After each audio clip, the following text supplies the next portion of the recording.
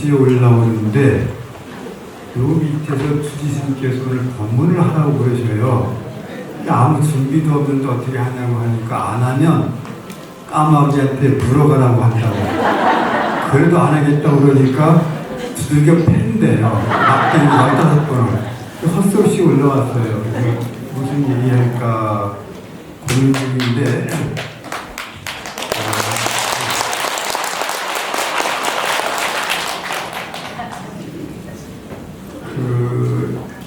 지난번 산신기도 이튿날 단군 왕검의 상궁유사에 나온 말씀을 드렸는데 아무튼 절에 오시는 불자님 중에는 이것저것 다 한두 우리 집 부자 되길 바래서 오는 분도 계시고 그렇죠?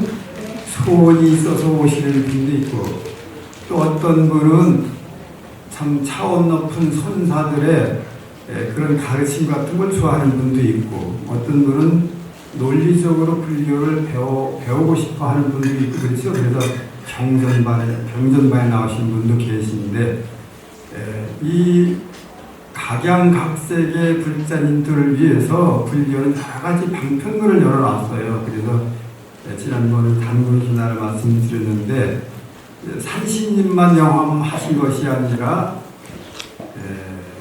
나한님도 영혼이 많으시다고 그래요. 아무튼 나한이나 산신 이런 분들은 말세 중생을 위해서 부처님께서 영취산에서 그대들이 내가 간 후에 말세 중생을 위해서 복전이 되어라 이렇게 명령을 하셔가지고 부축을 받아서 고해 중생들을 구제하는 역할을 하시는 분들이 나한, 산신, 독성고 이런 분들인데 오늘은 나한에 관한 말씀을 드려보고자 합니다.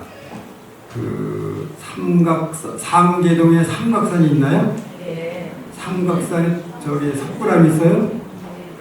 전 하도 오래돼서 이제 기억이 잘 안 나는데 아무튼 거기에 석굴암이 있는데 거기는 나한님이 영험이 많다고 이렇게 소문이 났던 것 같아요. 났는데 그 연유를 살펴보면은 석굴암에 박참봉이라고 하는 분의 비석이 있다고 그래요. 그래서 봤는지 안 봤는지 한번 은사스님 모시고 가본 적이 있었는데 그래서 그런데 이 박참봉이라고 하는 분의 공덕비가 왜 그 석굴암에 세워졌느냐 하면은 이분이 경복궁 궁전을 지은 분이에요. 근데 이분이 원래 상계동에 살 때에 소목장을 했어요. 소목장은 뭐냐면 대목이 아니고 목수도 대목이 있고 소목이 있는데 소목은 장롱 같은 책상 같은 이런 소 가구를 갖다가 다루는 그런 목수를 소목장이라고 하는데 그런 소목장을 했는데 겨울에는 일거리가 없어서 추운 겨울이니까 지금은 뭐 난방이 좋잖아요. 그렇죠? 가스 난방도 그런데 그때는 나무를 해서 떼야 되니까 삼각산에 올라가서 나무를 해다 뗐는가 봐. 추운 겨울에 지게를 걸머지고 삼각산에 올라가서 나무를 했는데 꼭 가난해가지고 쌀밥도 못 먹고 도시락을 싸가지고 하는데 꼭 노란 조밥을 싸가지고 이제 나무를 하러 가죠. 그때 이제 점심때가 되면 싸간 그 조밥을 노란 조밥을 나한님께 올리면서 뭔지도 불교가 뭔지도 모르고 나한이 뭔지도 모르니까 응감하십시오. 이게 3번을 꼭 하고 그리고 이제 내려서 밥을 먹었다고 해요. 무려 10년을 이렇게 했대요. 그러던 어느 날 꿈에 나한님이 나타나서 네가 이렇게 노란 초밥을 정성스럽게 매일 10년을 갖다 바쳐서 내가 잘 먹었느니라 내가 보답해야 되겠다 하면서 너도 이제 어느 날 어느 때에 누군가 찾아서 부탁을 할 것이다. 그러면 거절하지 말고 예라고만 대답해라. 그러는 거예요. 그래서 하여튼 윗자에 건조니까 그날을 기다리고 있었어. 아무튼 그런데 마침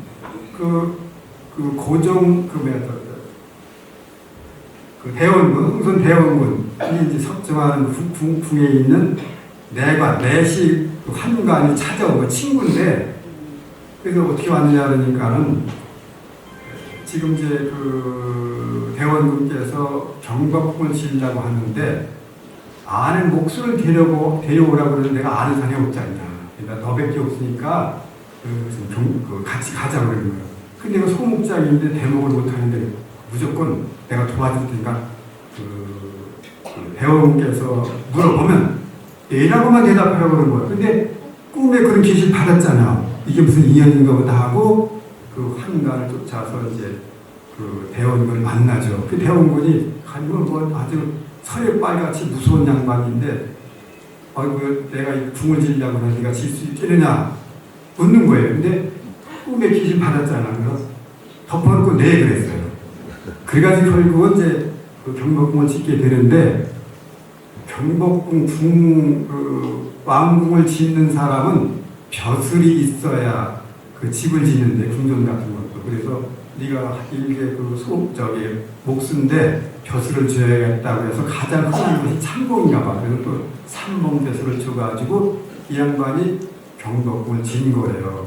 그러니까 경복궁 가서 보시면 박참봉 얘기 기억하세요? 네. 그런데 결국은 이제 경복궁을 우리는 지금 참 보기 좋잖아요. 그죠? 그런 훌륭한 문화재를 남겨서 좀 긍지를 가질 만한 우리 민족이라는 생각이 드는데 그 경복궁을 치면서 많은 나라의 경제가 뒤흔들려가지고 그로 인해서 이제 하야를 하게 됐다는 또 슬픈 역사도 뒤에 있습니다. 아무튼 그래서 시대권 소원이 많은 분은 급하게 서둘지 말고 먼저 말씀드렸지만 10년 정도 해보세요. 그러니까 꼭 그 나한님의 그 감을 받고 싶은 분은 내일부터 조각서 갖고 오세요.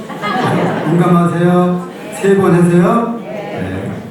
무조건 믿는 수밖에 없어요. 여기는 논리가 필요 없어. 그렇죠? 네. 또 한 가지는 참 저도 이제 작년부터 우리 조리스님께서 먼저도 말씀드렸지만 선어록을 언젠가는 바라봐라 그러셔서 작년부터 조이스님께서 번역한 경덕 전등록이라고 있어요. 그러니까 역대 조사들의 그 계보를 쭉 설명하면서 그분들이 남긴 법어집인데 그 경덕 전등록을 보고 금년에는 임재선사의 어록을 보면서 참으로 통쾌하고 내가 왜 경전을 받지 할 정도로 아주 속이 시원한 그런 감을 느꼈는데 그래서 제가 이번에 우리 학님 입학식 때 그런 한 구절을 또 한 적이 있었는데 선도리를 아시는 분은 같이 따라서 하세요. 십지를 성취한 이는 나그네며 등각 요각을 이룬이는 감옥에 죄수와 같다. 아라한 벽지불은 화장실에 똥 오줌이요. 돌이 열반은 당나귀 말뚝이다. 다 외웠어요?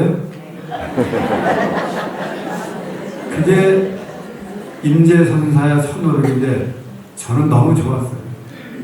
근데 위험한 요소도 있어요. 그렇죠? 불교를 모르신 분은 전혀 이해가 안 가는데 그러니까 십지를 얻어 성취한 이는 뭐라고 그랬죠? 나그네라고 했잖아요. 화엄경에서는 부처를 묘각이라고 하는 묘각까지 올라가려면 52단계의 단계를 밟아야 되는데 십지는 십신, 십주, 십행, 십향, 십지 등강도하게 올라가는데 십신만 하면 따라서 하실까? 환희지, 이구지, 발광지, 염해지, 난승지, 원행지, 부동지, 법운지 지금 다 외우셨어요? 이 이름만 외우기도 어려워. 그렇죠? 그러니까 지금 살아가기 얼마나 힘들어 복잡한데 이거 언제 다 외워? 이름. 그럼 거기에 따라서 환희지는 초액성성하여 구중이고와 노이자다 세대환이라 또 이구지랑 구정시라의 원리미세 공개문 이것도 설명할 시간이 많이 가는데 오늘 20분만 하라고 했어. 이게 다 선사의 도리를 다 잊어버리세요. 그래서 뭔가 논리적으로 이론적으로 정리하는 것을 가지고 불교를 정리하려면 한도 끝도 없어. 그냥 다 내려버려야 돼. 철학도 버리고 종교도 버리고 논리도 버리고 그래야 속이 편해요 사실. 그죠? 그게 선사들의 도리가 아닌가 싶고요. 근데 이제 경전을 가지고 이론적으로 이제 불교를 공부하는 이제 경학이 있는데 이제 우리 지금 우리 저 한림 스님들은 이제 원각경이라는 용어를 이제 같이 공부해 보려고 이제 준비하고 있는데 배란간에 이제 법문 하라고 그러지 안 해보면 때려준다 그러니까 헛수 없이 했는데 그 원각경은 그 많은 경전 가운데도 이것저것 다 구질구질만 다 제쳐버리고 대번에 부처님의 경계에 올라갈 수 있는 그런 논리를 전하는 경전이 원각경인데 여러분께서 보안보살장 많이 보셨죠? 네. 한신이 걸거라고 이렇게 좀 나오는데 그 보안장이 원각경이 나오는 그런 이제 경전이죠 말하자면. 그런데 거기에서는 보안장에 보면은 돈동불경과라는 과가 있어요.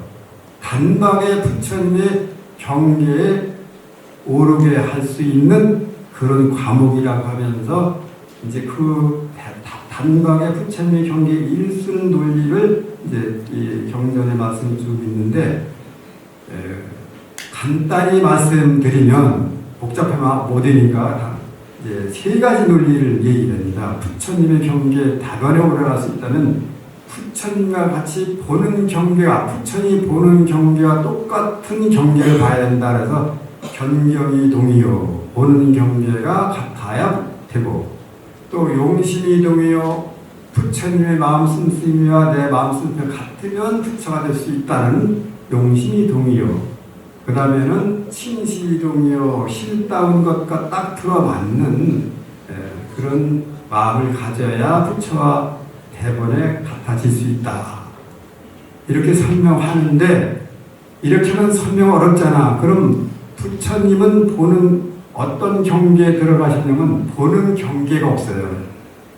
보는 경계가 없어야 나도 부처와 같아질 수 있잖아. 근데 우리 많이 보죠. 그렇죠?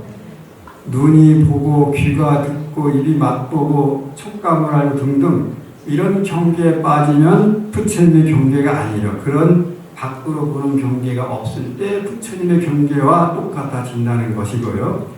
두 번째는 부처님과 같이 마음 씀씀이와 같아야 부처가 될 수 있다고 했는데 부처님은 어떤 마음을 쓰느냐 하면 우리는 미움만도 낼 때가 있고 슬픈 마음도 낼 때가 있고 그리운 마음도 낼 때가 있는데 그렇죠? 이런 마음을 쓰지 말라는 거라. 부처님은 그런 거 절대 없어. 마음 쓰는 게 없대요.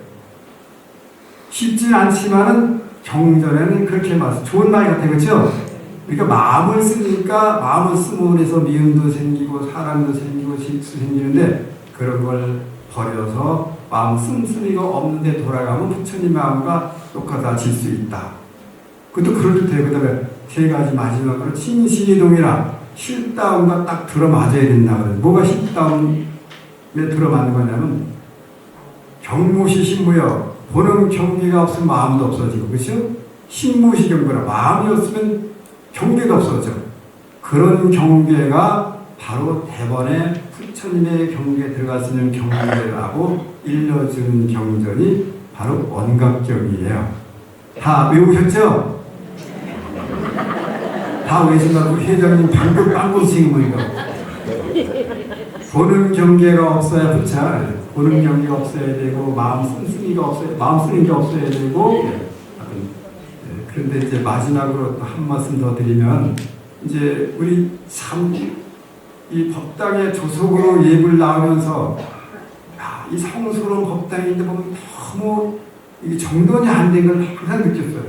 왜냐면 저쪽에 지금 저기 단을 서로 이렇게 막 다처럼 해놓으셨잖아. 그죠? 깔끔해져, 그죠? 좌복에 그냥 이리 실어지고 저러시고 맨날 걸 보셨잖아. 그죠? 좌복도 정리할 수 있고 그런데 저기에다가 단을 꾸며놓은 것은 우리 역사일에 이제 처음 있는 일인데 우리 주지스님께서 그 인누왕 보살을 목각으로 조각을 해서 모시려고 하셔요. 그래서 엊그저께 저더러 모연문을 써달라고 하는데 저도 저 인누왕 보살 그 번으로 된 건 봤어요. 나무 대성 인누왕 보살이라고 그래서 붉은 천에다가 이렇게 해서 큰 행사 때 천도제 때 예수 때 들고 다니는 거 보셨죠? 네. 근데 상으로서 조각을 해서 모시는 일은 아마 처음이 아닌가 싶어요. 그런데 그래서 인누왕 보살님이 도대체 어떤 분인가 하고 불교 사전, 우리나라 불교 사전은 운어 스님께서 만든 불교 사전을 우리가 단 한 줄로 돼 있어요. 한 줄로. 인종할 때 그 영가를 갖다가 접인해서 영접해 맞이해서 이끌어서 극락세계로 인도할 보살 이렇게만 나왔어요. 그러니까 우리나라 불교 사전에 나온 노대려밖에 설명할 수 없는데 모연문을 쓴다니까 지금 마변이잖아요. 그래서 중국에서 나온 불강사전을 찾아보니까 좀 기록이 있더라고요. 그래서 배랑간에 쓰긴 썼는데 하루 저녁 지나면 저도 잊어버려요. 저도 80이 다 됐는데, 그죠? 근데 이제 언뜻 생각나는 말씀을 드리면은, 이 인누왕 보살 그 도상, 도상 그림으로 그림은 탕화라고 그러고 도상이라고 그러는데, 그 도상이 어디서 발견됐느냐 하면은 중국의 천불동이라고 있어요. 거기 막고골이라고 하는데, 바위풀을 수백 개를 파가지고서 거기다 불상을 조성해 보시고, 탱화를 그려 보시고 그랬는데, 저도 촌놈이라서 못 갈 건데, 우리 큰 스님, 조일 스님 덕분으로다가 거길 가봤어요. 그런데 그 천불동 도남, 거기에서 영국의 학자인 스테인이라는 이름을 가진 학자가 있었는데 한문으로 사탄인이라고 하는데 아무튼 스테인이라고 하는 분이 그걸 보고선 그 사람들이 그 신기한 걸 동양의 그 것을 보면 신기해가지고 갖고 자기 나라로 가요. 그래서 다행히도 거기에 인누왕보살 도상을 보고 그걸 갖다 영국으로 가져간 거예요. 그래서 기록을 남기는데 보니까는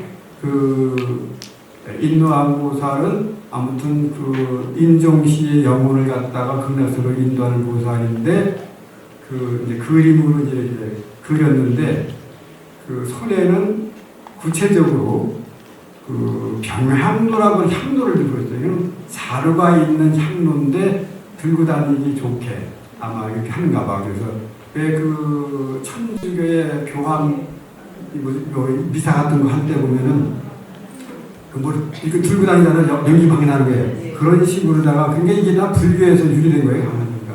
그런 자루병자에다 병향도를 들고 있고, 한 손은 오른쪽에는, 왼손은 연꽃을 들고 있는 그 모습이 이제 말하자면 그 도상에 그려져 있고, 또 단기가 있어가지고 한 여인이 따라가는 그런 모습도 있다는 그 구체적인 설명이 있어요. 근데 이 인누왕보살은 중국 당나라 말기에서 송나라 초대에 그 정토교에서 인누왕보살 모시게 돼가지고 그것이 유행이 돼가지고 민간 신앙에서도 유행이 됐다는 기록이 있습니다. 그래서 저는 그래서 왜 이 인누왕보살이 중요하냐 하면은 여기 모이신 분들은 부자건 가난뱅이건 지식이 있건 없건 우리는 마지막으로 싸워야 될 것은 죽음이잖아. 그죠?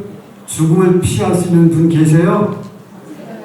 오늘 지금 당장 내 눈앞에 죽음이 다가왔다 그러면 어떻게 하겠어요? 무섭지 않죠?